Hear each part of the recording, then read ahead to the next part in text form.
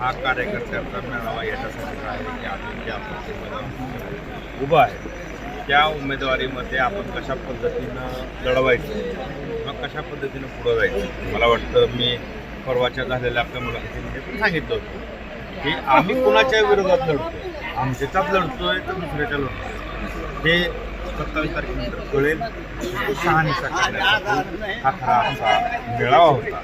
कारण आम्ही जे सगळेजण पक्षाचे माझे समन्वयक सरपंच लट्टी सर आहेत, उपजिल्हा प्रमुख दत्ताबापू आहेत, तालुका प्रमुख आहेत, आमचे हे सगळेजण आहेत.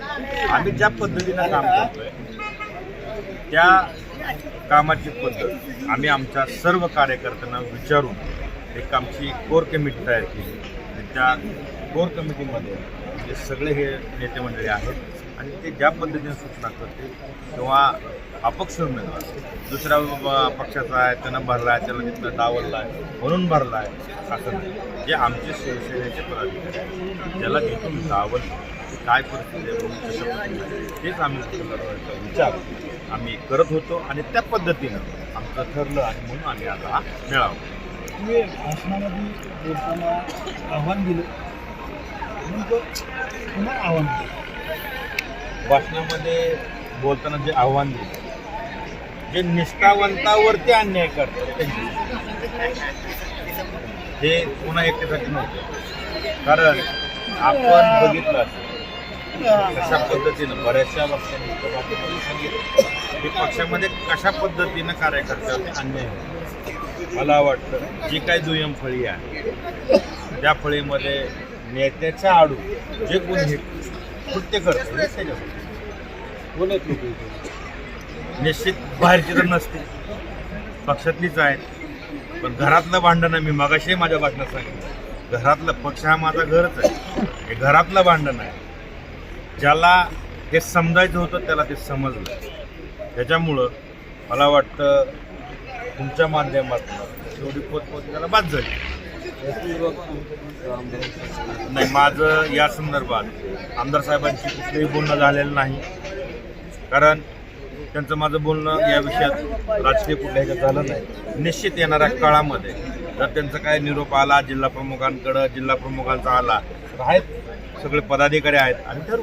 तुम्ही पुढाकार नाही घेतला का आमदार साहेबांकडे जायचं या संदर्भात? आता कार्यकर्त्यांवर जो अन्याय होतो या संदर्भात तुम्ही नाही पुढाकार घेतला? हे कानावर घातलंय ना, हे कानावर घातल्यानंतर मार्ग निघाला नाही म्हणूनच आहे ना. हे वैयक्तिक धनंजय सावंतवरती काहीच अन्याय नाही.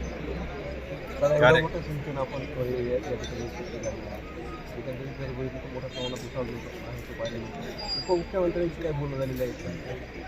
मला वाटतं माझं या संदर्भात आमचं कुठल्याही बरोबर नाही, आमचं कुठल्याही नेत्यांशी बोलणं झालेलं नाही. समझोता होण्याची काही शक्यता आहे का? काय वाटतं तुम्हाला? बैठकीमध्ये एक सूर पाहायला मिळाला. शेवटचे 3 दिवस बाकी आहेत, सुबुद्धी यावी, सगळं होणारं नुकसान टाळावं, हे काही संकेत आहेत का दोन्ही एकत्र येण्याचे? हे दोन्ही एकत्र येण्याचे संकेत असं म्हणता येणार नाही. प्रत्येकानं आपापली भावना व्यक्त केली. घर फुटावं ही इच्छा कोणाचीच नसते.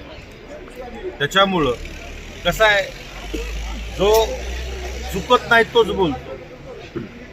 त्याच्यामुळं मला वाटतं आमचे सगळे पदाधिकारी त्या हिशोबाने बोलले असतात.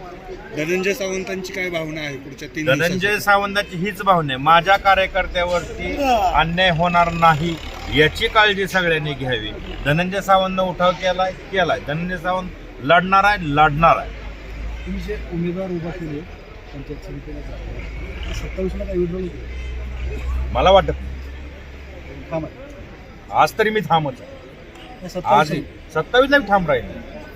पण मी मगाशी माझ्या भाषणात पण सांगितलं की मी माझ्या उमेदवारांचा अगोदर आम्ही आमच्या उमेदवाराचं बघू ना, तिथं आमचा उमेदवार काय पद्धतीनं बाबा पुढे जातोय त्या हिशोबाने आम्ही निर्णय घेऊ.